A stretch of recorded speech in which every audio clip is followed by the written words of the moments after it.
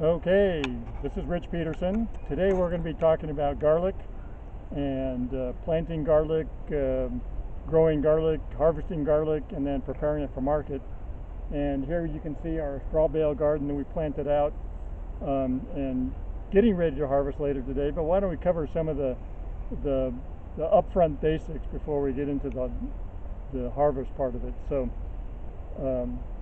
We have two varieties that we have planted in the straw bale garden. This is a soft neck variety that we have here. You can always tell a soft neck because it has a soft neck. You can bend it. And I don't know, there might be a hard neck variety in here somewhere, but you can tell because that stalk does not bend very easily. So we start out last October or so with having separated the bulbs into the cloves, selecting only the biggest cloves to plant. Have spacing in here about, I don't know, 6 to 8 inches apart. Putting the cloves in the soil, just, not deeply, but using your thumb and forefinger to push it in, the pointy end up. Polarity is important here. The flat end of the garlic clove is the root end, and then just pushing it below the soil surface every 6 to 8 inches, something like that. And that's all there is to planting it. You have your, we'll talk a little bit later about soil amendments, but we have our drip tapes in here. Turn on the drip tapes. In October the soil needs to be a little damp, but once you have planted it in that damp soil, there's not much need to continue to water it. Winter rains will pretty much supply the enough water to keep that garlic growing. And garlic needs to have vernalization, meaning it has to have a certain number of chilling hours for it to form a bulb.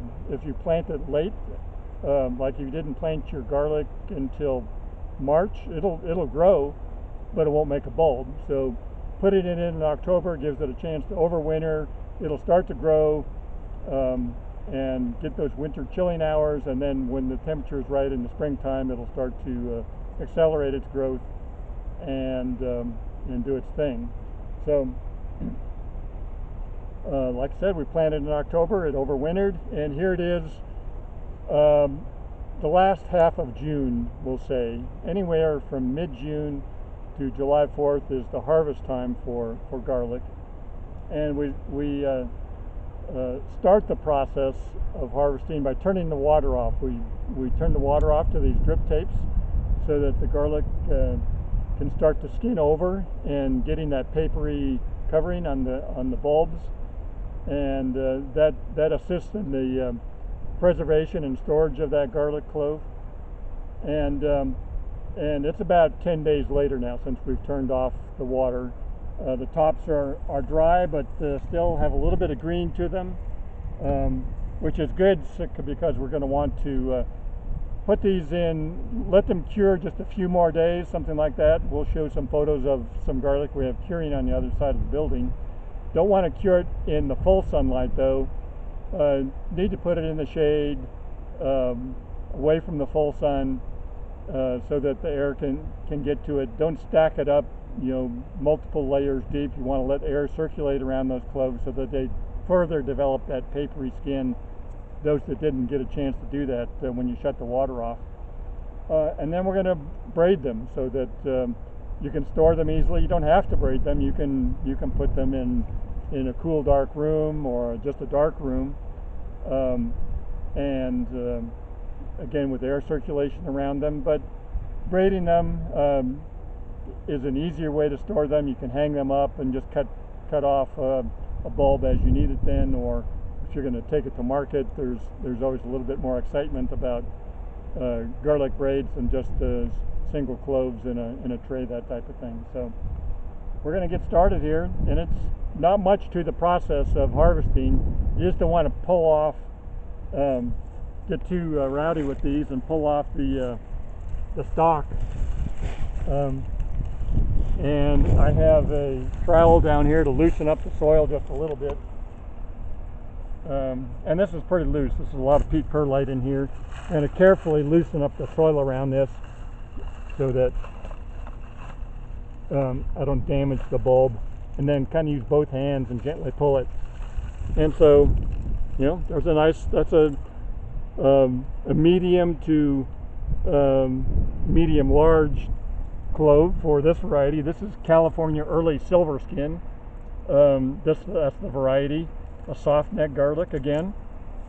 And gently put it in the box. Don't want to just chuck it in there because you'll bruise it, and that'll start to limit its storage time.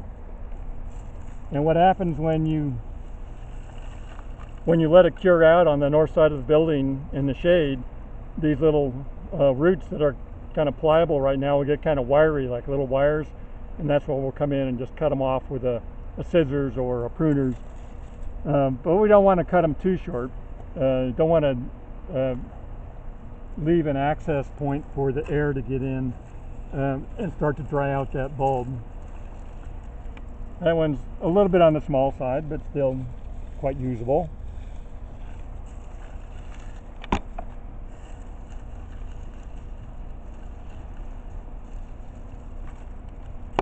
So, okay, pretty good looking garlic. If you wait. I stopped. Oh, okay. So it's funny, as you went, I thought of everything that came to my mind, and you covered everything I thought of. So you're pretty good at this. I'll go film along the. Oh, well, let's fill this up, and then we can take it when we go. Oh. Take it over there. Yeah. And then just film the other ones that we have in our drying area. Okay, let me. Did you want to say something else, or we catch it on the next? Something about nutrients. You had said something about amendments, and then maybe the only other thing I thought about is so people don't think they have to grow it in straw bale beds.